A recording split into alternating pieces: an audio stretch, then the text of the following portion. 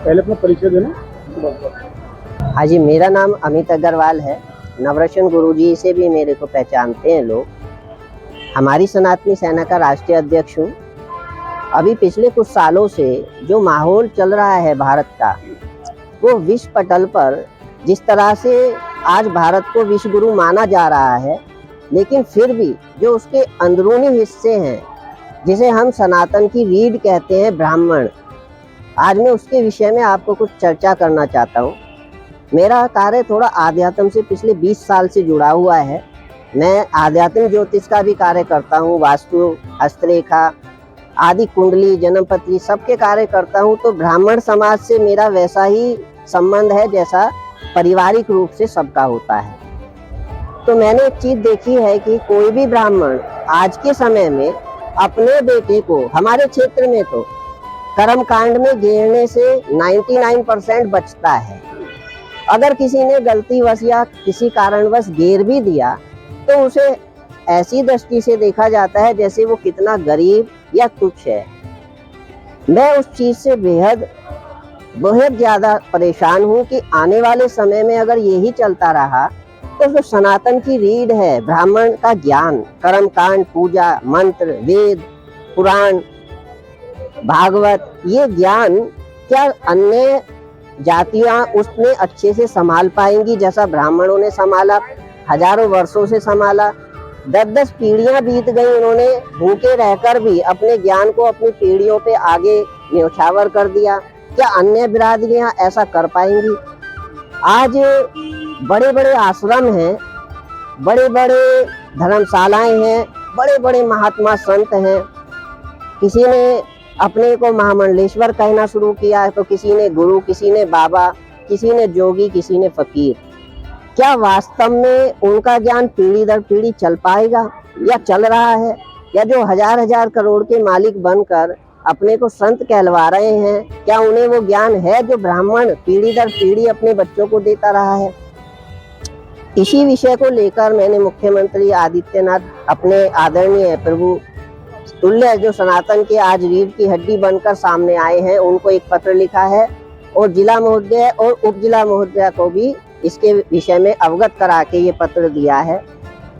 मेरी ये मांग है उनसे, प्रशासन से, मुख्यमंत्री जी से, कि वे इस पर संज्ञान लें और जिस प्रकार उन्होंने सभी दुकानों पर प्रोपराइटर का नाम लिखवाया है और समाज को अवगत कराया है कि ये दुकान किसकी है और जो उसका ग्राहक है वो ठगा ना जाए, इसकी उन्होंने गारंटी दी और बताया कि ये दुकान इस योग्य है और आप यहाँ से ये खरीद सकते हैं। तो वैसे ही ठीक हर मंदिर, हर धर्मशाला, हर आश्रम और हर उस धार्मिक स्थल पर ये लिखा होना चाहिए कि उसका संचालक, उसका पंडित, उसका बाबा, उसका गुरु, उसका महामंडलेश्वर किस जाति से है, ताकि उसका जो चोला हर हाल में ब्राह्मण को इंगित करता है वो दूषित ना माना जाए।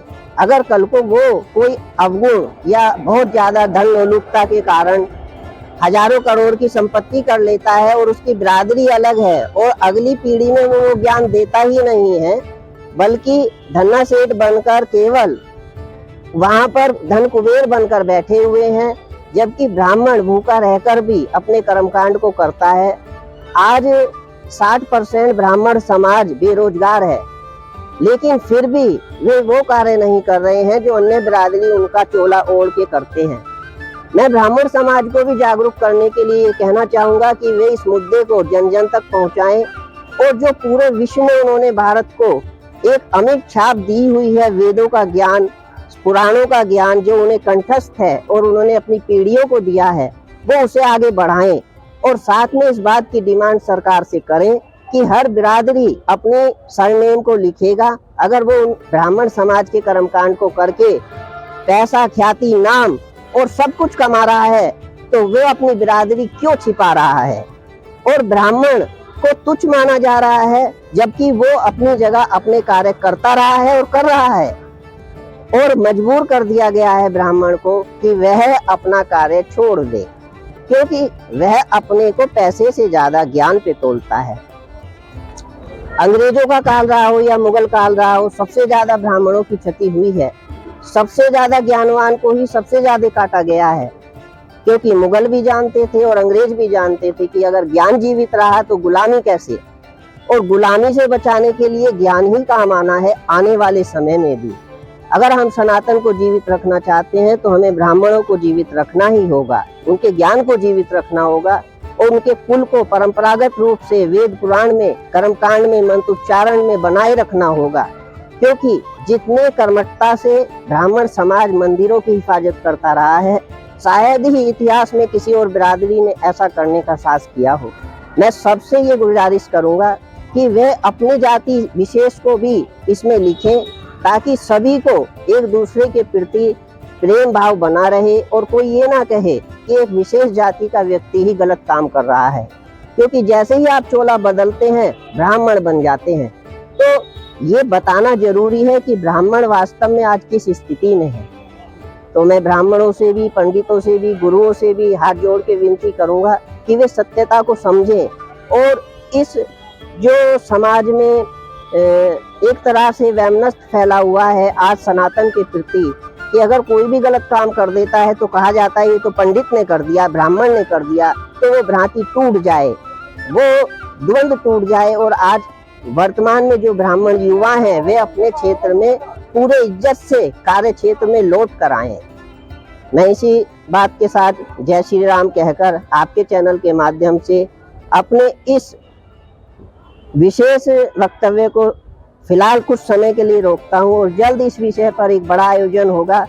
संगठनों के साथ, ब्राह्मण समाज के साथ वार्ता होगी और ये बात अपने श्री योगी आदित्यनाथ जी से कहा जाएगा कि जैसा उन्होंने यूपी में सभी दुकानों पर ये नाम अंकित कराया है, वैसे ही सभी धर्मशालाओं में, मंदिरों में, आश्रमों में भी ये चीज निश्चित की जाए। जो आपकी सनातनी सेना है, इससे को जोड़ना चाहे जी, तो इसके लिए कोई कॉन्टैक्ट नंबर है? इसके लिए 7906611907 मेरा पर्सनल नंबर है, आप इससे संपर्क कर सकते हैं और सनातन संबंधित किसी भी वार्ता के लिए, आगे बढ़ने के लिए, समाज को आगे बढ़ाने के लिए वार्ता कर सकते हैं। जी, धन्यवाद।